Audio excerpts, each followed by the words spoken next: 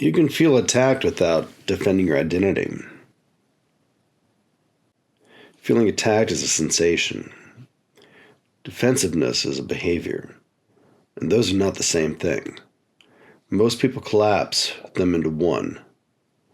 Let's separate them.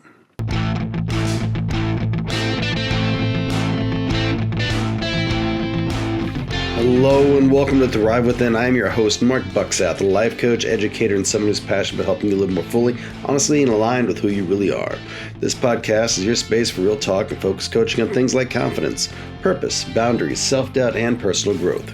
So whether you're in a walk, taking a break, or just giving your brain a moment to breathe, I am so glad you're here. Let's get into it. When someone questions your character, it doesn't feel small. It doesn't feel like disagreement. It feels like my integrity is being implied incorrectly. My intent is being misread. My character is being misrepresented.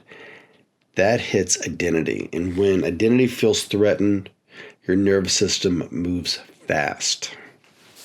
Chest tightens, the jaw sets, your voice sharpens, thinking speeds up. That's not immaturity, that's just biology. The body protects identity the same way it protects your physical safety.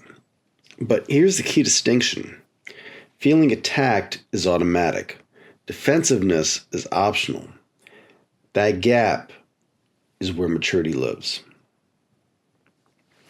Here's something I've noticed in my own life. If a coworker questions my character, it doesn't hit me the same. I don't feel urgency. I don't feel escalation.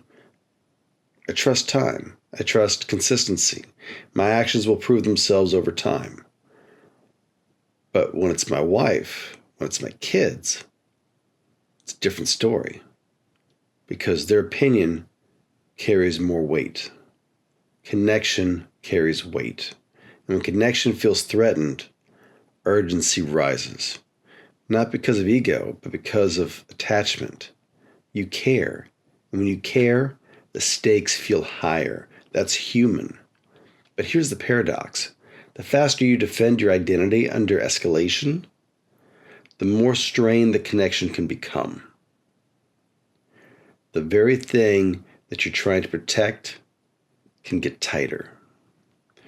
When the character feels questioned in close relationships, what's really happening? It's really about winning. It's about rarely being right. It's about losing connection, disappointing them, losing respect, being seen as something that you're not. And that's deep. And when that stack hits, the nervous system says, fix it now. So you lean in harder, or you sharpen, or you explain it more forcefully, or you try to logically dismantle the accusation, not because you're fragile, but because you value the bond.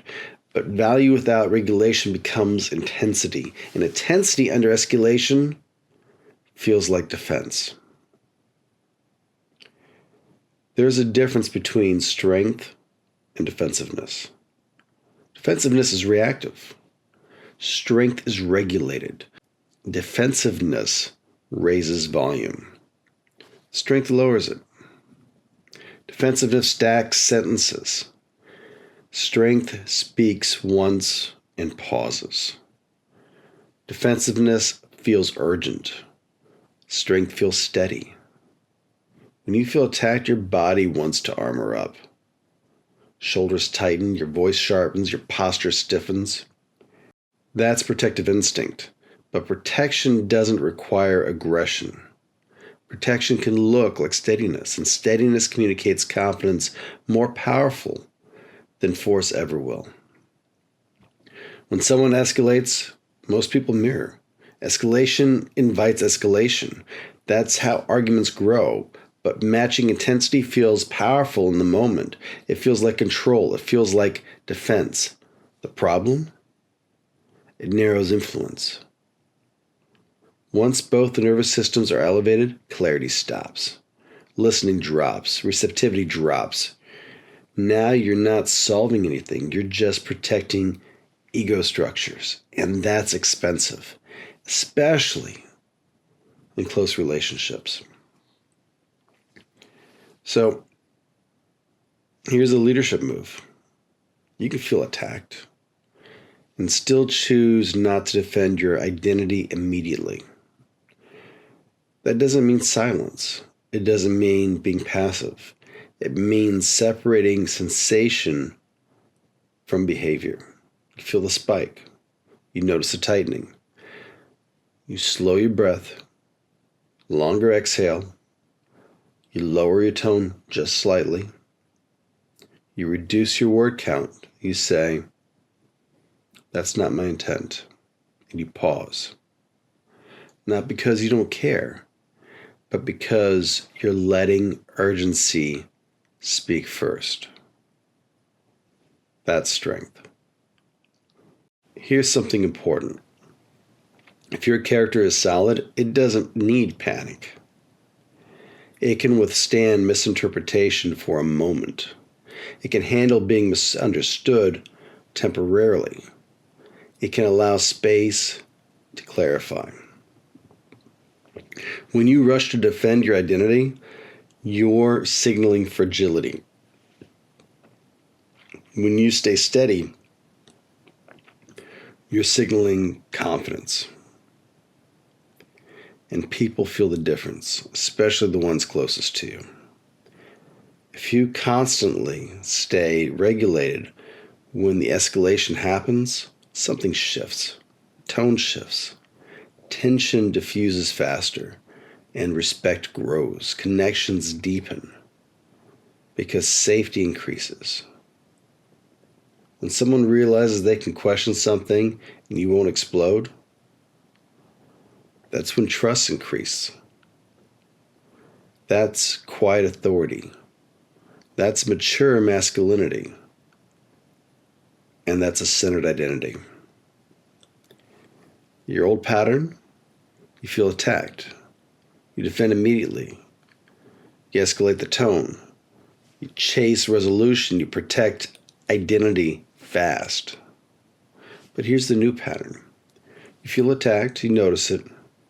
Breathe. Speak once, and then pause. Let the steadiness lead.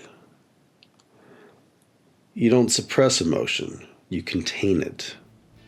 You don't abandon your position, but you deliver it calmly. That's leadership in a relationship. You can feel attacked without defending your identity.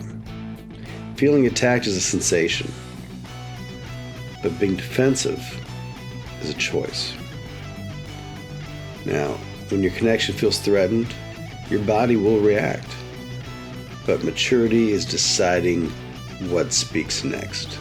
And when you constantly and consistently choose steadiness over urgency, you protect the very bond you care about most. And that's strength. That's confidence that belongs to you. And I'll see you next time.